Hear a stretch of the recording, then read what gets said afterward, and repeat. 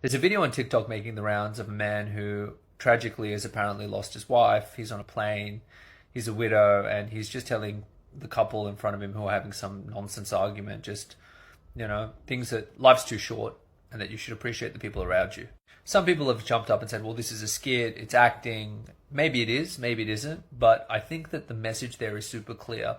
And it's one thing that I've really observed a lot of in my line of work.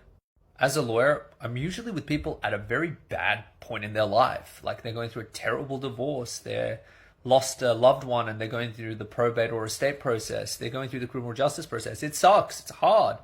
And for many people, there is a profound sense of grief and sadness and hardship.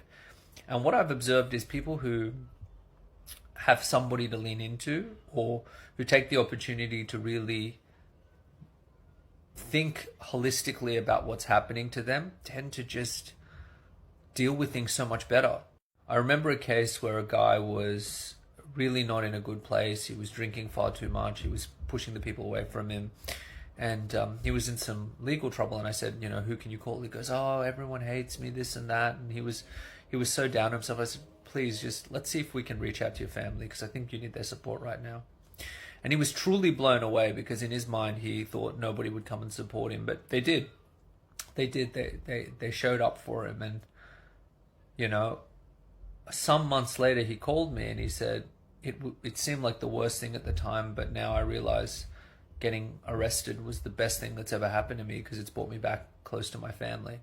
In the day-to-day, it is so easy to get swept up in things that don't matter, but the only thing that really matters is how we treat one another and what we do with the little bit of time that we have here.